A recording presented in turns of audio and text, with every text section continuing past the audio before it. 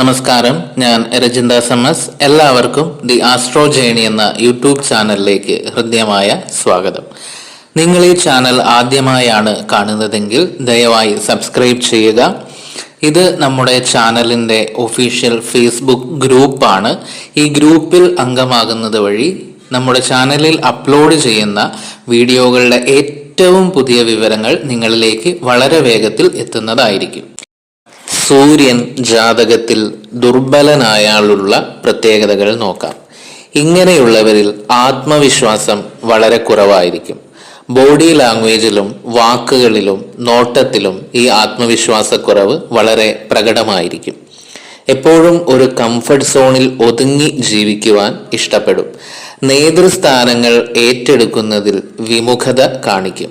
അച്ഛനുമായുള്ള ബന്ധത്തിന് പൂർണ്ണതയുണ്ടാവില്ല. അച്ഛനുമായുള്ള സംസാരം കുറയുക, സ്നേഹമുണ്ടെങ്കിൽ പോലും ഫ്രീ ആയി ഇടപെടാൻ തോന്നാതെ വരിക, അച്ഛനിൽ നിന്ന് ഗുണഫലങ്ങൾ കുറയുക, പിതൃസ്വത്ത് ലഭിക്കാതെ വരിക തുടങ്ങിയ ഫലങ്ങൾ ഉണ്ടാകാം. ഇവർക്ക് നഖം, അസ്ഥി, സ്കിൻ, കണ്ണ്, പല്ല്, വയറ്, ഹൃദയം എന്നീ ഭാഗങ്ങളുമായി ബന്ധപ്പെട്ട് എന്തെങ്കിലും അസ്വസ്ഥതകളോ രോഗങ്ങളോ ജീവിത കാലഘട്ടത്തിൽ അനുഭവപ്പെടാം. വളരെ വേഗത്തിൽ ഈഗോ ഹർട്ടാകുന്ന ഒരു സ്വഭാവ സവിശേഷത ഇവർക്കുണ്ടാകാം. ജോലി ചെയ്യുന്ന സ്ഥാപനത്തിൽ മേലധികാരികളിൽ നിന്ന് പല പ്രതികൂലമായ അനുഭവങ്ങളും ഇവർക്കുണ്ടാകാം. ഇവർക്ക് നല്ല രീതിയിൽ ശത്രുക്കൾ ഉണ്ടാകാൻ ഇടയുണ്ട്. ഇവർ അഗ്നി, ആയുധം മുതലായവയിൽ നിന്നും അപകടങ്ങൾ ഉണ്ടാകാതെ സൂക്ഷിക്കണം.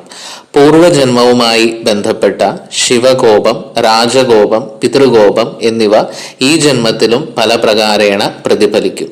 ഈ അനുഭവങ്ങൾ ഉണ്ടെങ്കിൽ സൂര്യന് ജാതകത്തിൽ ബലക്കുറവുണ്ടെന്ന് മനസ്സിലാക്കി അതിനു വേണ്ട പരിഹാരങ്ങൾ ചെയ്യണം.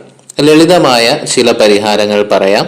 ഞായറാഴ്ച ദിവസം ശിവക്ഷേത്ര ദർശനം നടത്തുക. ദിവസവും രാവിലെ കുറച്ചു സമയം സൂര്യപ്രകാശം ഏൽക്കുക.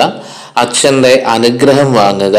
കർക്കിടക വാവ് മുതലായ പിതൃപ്രധാനമായ ദിവസങ്ങളിൽ ബലിയിട്ട് പ്രാർത്ഥിക്കുക.